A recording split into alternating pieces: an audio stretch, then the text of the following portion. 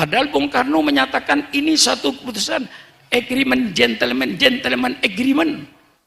Satu keputusan yang jantan dengan segala perdebatan prosesnya. Masa lalu Indonesia akan pecah jadi dua? Dengan segala pertimbangan, yang satu bertahan, yang satu bertahan. Kalau ini kita bertahan, Indonesia jadi pecah. Demi NKRI, tokoh-tokoh Islam waktu itu mencabut 7 kata ini. Ridho rela dicabut untuk NKRI. Seandainya tidak dicabut, NKRI tidak ada.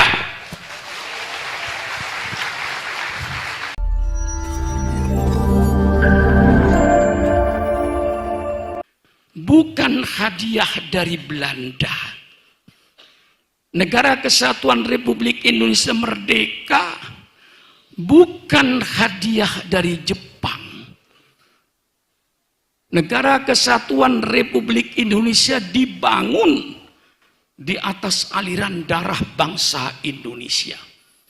Negara Kesatuan Republik Indonesia itu merdeka di atas aliran air mata rakyat Indonesia.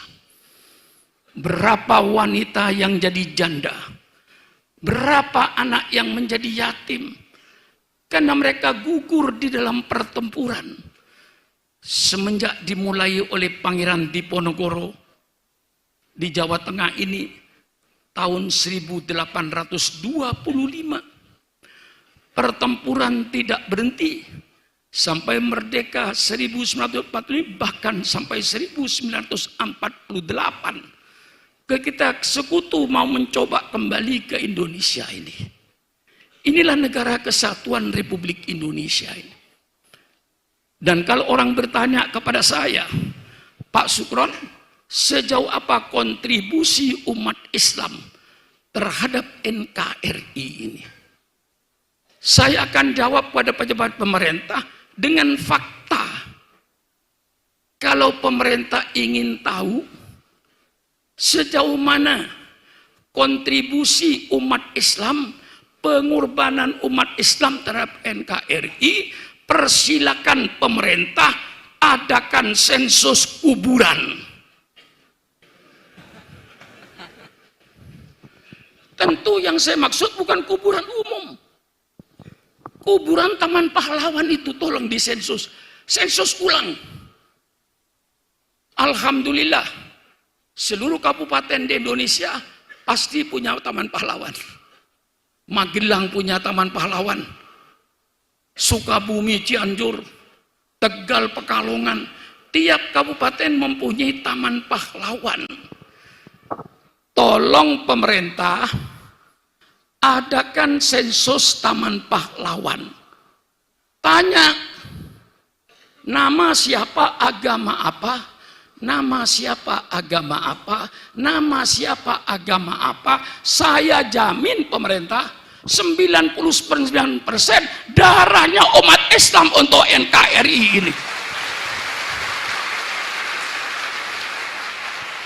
Ini fakta, bukan hoax. Tidak percaya, persilakan pemerintah.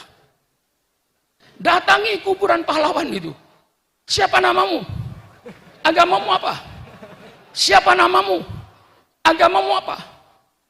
Pasti, saya yakin dengan tidak menghilangkan jasa elemen-elemen lain, tapi yang pasti 99% darahnya pahlawan Indonesia, darahnya umat Islam untuk NKRI.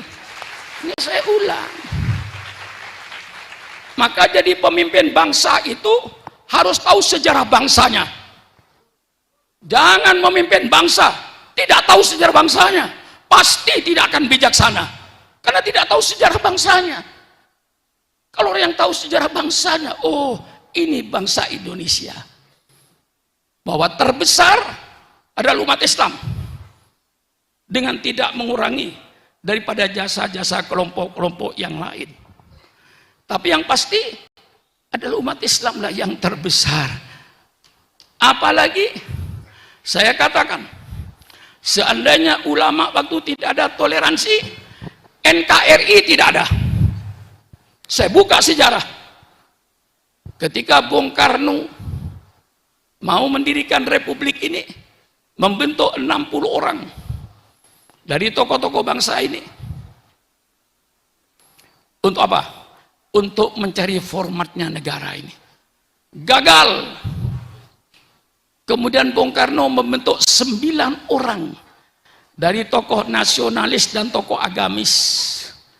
Termasuk Bung Karno, Bung Hatta, Maramis, lalu Abi Kusno, termasuk juga Kahar Mudakir, termasuk juga tokoh Islam yang dari Sumatera Agus Salim, termasuk Muhammad Yamin, termasuk Kiai Haji Wahid Hashim. 9 orang itu berdebat apa format yang tepat untuk Indonesia yang beraneka ragam ini.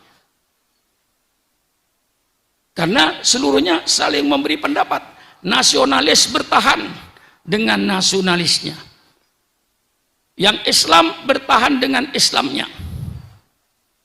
Akhirnya terjadilah suatu format rumus yang disebut Piagam Jakarta, yang bunyinya Negara Kesatuan Republik Indonesia berdasarkan ketuhanan dengan kewajiban menjalankan syariat Islam bagi pemeluk-pemeluknya. Subhanallah. Yang tidak Islam tidak terikat dengan kewajiban menjalankan syariat Islam bagi pemeluk-pemeluknya. Yang tidak memeluk Islam tidak usah melaksanakan. Mengapa perhitungannya? Karena mayoritas umat Islam. Kami menyadari Indonesia bukan negara agama, bukan negara Islam. Tapi pemerintah harus sadar Indonesia bukan negara Islam, tapi kebetulan menjadi negaranya orang-orang Islam yang mayoritas. Maka kalau pemerintah bikin peraturan, siapa yang akan melaksanakan? Rakyat Indonesia. Siapa rakyat Indonesia? 87% Islam. Jangan coba-coba pemerintah bikin undang-undang yang bertentangan dengan Islam. Kami siap untuk menolak dan untuk tidak melaksanakan.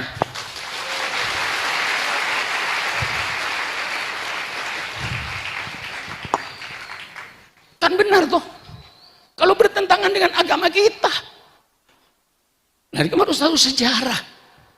Memimpin bangsa tahu sejarah. Apa yang terjadi, Kiai? Jam 3 sore datanglah seorang kolonel Jepang yang datang sama Bung Hatta. Kalau 7 kata ini tidak dicabut, Indonesia Timur tidak ikut. Subhanallah. Jam 10 pagi kita mengucapkan proklamasi kami bangsa Indonesia.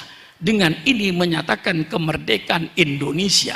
Hal-hal yang mengenai pemindahan kekuasaan dan lain-lain akan dilaksanakan dengan cara saksama dalam tempo sesingkat-singkatnya atas nama bangsa Soekarno-Hatta. Apa yang terjadi sore? Kalau ini tidak dicabut, 7 kata ini, Indonesia Timur tidak ikut. Maka Bung Hatta berpikir, baru diumumkan negara Republik Indonesia akan pecah menjadi 2. Republik Indonesia Timur, Republik Indonesia Barat. Tanggal 18, Bung Hatta ngumpulkan lagi yang 9 orang ini berdebat. Kiai Hasyim Asy'ari, Kiai Wahid Hashim sudah pulang ke Jawa Timur, diganti dengan tokoh dari Sumatera. Perdebatan sengit, tapi dikhawatirkan Indonesia Barat mengadakan proklamasi, umat Islam, tokoh Islam ridho, rela. Padahal Bung Karno menyatakan ini satu keputusan agreement, gentleman agreement. Satu keputusan yang jantan dengan segala perdebatan prosesnya. Masa lalu Indonesia akan pecah jadi 2 dengan segala pertimbangan, yang satu bertahan, yang satu bertahan. Kalau ini kita bertahan, Indonesia jadi pecah. Demi NKRI, tokoh-tokoh Islam waktu itu mencabut 7 kata ini, ridho, rela dicabut untuk NKRI. Seandainya tidak dicabut, NKRI tidak ada.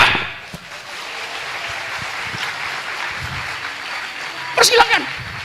Yang mau nonton, saya punya bukunya. Untung masih ada orang tua seperti saya ini. Yang begini-begini nggak ngerti dia orang.